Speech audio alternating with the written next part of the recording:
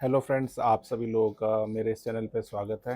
यदि आपको लॉ से जुड़ी हुई जानकारियाँ सुनना अच्छा लगता है तो आप इसे लाइक, सब्सक्राइब, शेयर भी कर सकते हैं। आज मैं आपको लैंड एक्विजिशन रूल्स के बारे में बताऊंगा और इसमें कोर्ट्स की क्या जजमेंट है, थोड़ा मैं आपको डिस्क्राइब करूंगा। इसका सबसे मेन चीज़ है कि क्या सरकार बिना सहमति के क्या आपकी ज़मीन ले सकती है और आपके क्या संविधान अधिकार हैं, उसके बारे में मैं आज आपको डिस्क्राइब करूँगा। ये कानून सुनिश्चित करता है कि सरकार या निजी कंपनी जनहित में जब भी ज़मीन ले तो ज़मीन मालिकों को प्रभावित परिवारों को उचित मुआवजा मिले। अगर अधिग्रहण में किसी का घर जाता है तो नया घर या उसकी वाजिब कीमत या फिर निर्माण की में मदद दी जाए। यह कानून पारदर्शिता को बढ़ाने, अधिग्रहण रोकने और सामाजिक प्रभाव का आकलन जरूरी करने के लिए 1894 के पुराने भूमि अधिग्रहण कानून की जगह लाया गया था। इसमें ग्रामीण क्षेत्रों में बाजार के मूल्य से कम 2 गुना और शहरी में 1 गुना देने का प्रावधान था। अब जमीन के अधिग्रहण पर supreme court, honourable supreme court का क्या रुख है, इसमें मैं आपको थोड़ा डिस्क्राइब करूंगा। सुप्रीम कोर्ट ने सुखदत्त रात्रा बनाम हिमाचल प्रदेश राज्य में 2022 के मामले में जमीन अधिग्रहण को लेकर एक नज़रिया पूरी तरह से स्पष्ट किया था। उसने अपने फैसले में कोर्ट ने अपने फैसले में कहा कि सरकार किसी व्यक्ति की निजी संपत्ति को बिना कानूनी प्रक्रिया और बिना मुआवजे दिए जबरन अपने कब्जे में नहीं ले सकती। यह मामला भारतीय संविधान के आर्टिकल 300A से जुड़ा था, जो कहता है कि किसी भी व्यक्ति को उसकी संपत्ति के कानून द्वारा अधिकृत प्रक्रिया के बिना वंचित नहीं किया जा सकता। अदालत ने साफ कहा कि बिना प्रक्रिया के अधिग्रहण न सिर्फ संविधान का उल्लंघन है बल्कि मानव अधिकारों का भी हनन है।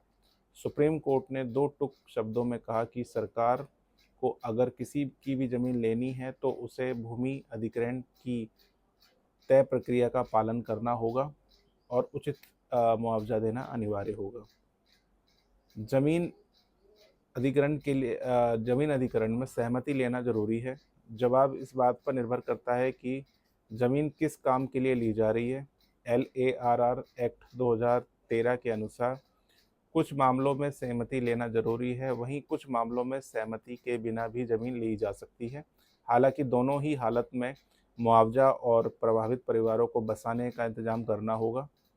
जैसे कि अधिग्रहण की प्रकृति या नेचर, जैसे कि सरकारी परियोजनाएं जैसे रेलवे, सड़क में सहमति जरूरी नहीं है। निजी परियोजनाएं, हाँ, 80% जमीन मालिकों की सहमति जरूरी है। पब्लिक प्राइवेट पार्टनरशिप्स, हाँ, इसमें 70% सहमति ज़रूरी है। इसका मतलब है कि सरकार सड़क या रेलवे की पटरी बनाने जैसे काम के लिए मुआवजा देकर जमीन अधिग्रहण कर सकती है। आपकी राजी हो या नहीं, इससे कोई फ़र्क नहीं पड़ता। हालांकि अगर कोई निजी कंपनी किसी क्षेत्र में परियोजना शुरू करना चाहती है तो वह तब तक भूमि नहीं ले सकती जब तक उसे एक बड़ी संख्या में जमीन मालिकों की लिखित मंजूरी ना मिली हो। जमीन अधिग्रहण में कितना मुआवजा मिलेगा LARR एक्ट में? LARR एक्ट में प्रभावित प्रभावितों के लिए बेहतर मुआवजे की व्यवस्था की गई है। ग्रामीण क्षेत्रों में बाजार मूल्य का कम से कम 2 गुना मुआवजे के तौर पर मिलेगा, वहीं शहरी क्षेत्रों में 1 गुना दिया जाता है। इसके अलावा पुनर्वास, नगद मदद और वैकल्पिक जमीन नौकरी देने का भी प्रावधान है। हालांकि बाजार मूल्य को लेकर विवाद होते रहते हैं। ज़मीनी हकीकत के मामले में सरकारी सर्कल रेट की काफ़ी वो उसके हिसाब से भी तय की जा सकती है। हालांकि बाजार मूल्य को लेकर विवाद होते रहते हैं। ज़मीनी हकीकत के मुकाबले सरकारी सर्किल रेट कई बार काफ़ी कम होता है। इससे किसान और ज़मीन मालिक खुद को ठगा हुआ महसूस करते हैं। क्या आप ज़मीन देने से मना कर सकते हैं? अगर ज़मीन अधिग्रहण जनहित में है और कानूनी प्रक्रिया का पालन किया गया है तो व्यक्तिगत रूप से इनकार करने का अधिकार सीमित होता है। हालांकि कुछ स्थिति में प्रभावित या समूह अदालत में याचिका दायर कर सकते हैं, जैसे कि अधिकरण प्रक्रिया में कोई गड़बड़ी हो, पुनर्वास या मुआवजे में न्याय न मिला हो, या सहमति संबंधी नियमों का उल्लंघन हो। न्यायालयों की न्यायपालिका ने समय समय पर स्पष्ट किया है कि भूमि अधिग्रहण में पारदर्शिता और जनहित की वास्तविकता आवश्यक है। सुप्रीम कोर्ट ने टिप्पणी भी की है कि भूमि अधिग्रहण में जनहित एक सार्थक उद्देश्य होना चाहिए, ना कि औपचारिक बहाना।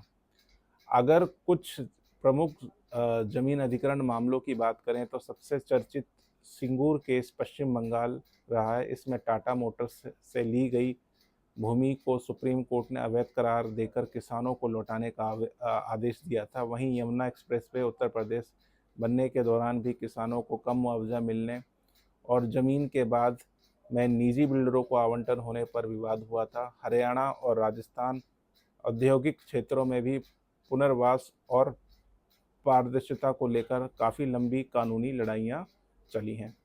तो मैंने आज आपको जो डिस्क्राइब किया वो आपको LARR के बारे में, जो ज़मीन अधिग्रहण में सुप्रीम कोर्ट का क्या रुख है, क्या आपकी सहमति के बिना ली जा सकती है या नहीं ली जा सकती, या लैंड एक्विजिशंस के रूल क्या कहते हैं और उसमें आपके क्या संवैधानिक अधिकार हैं।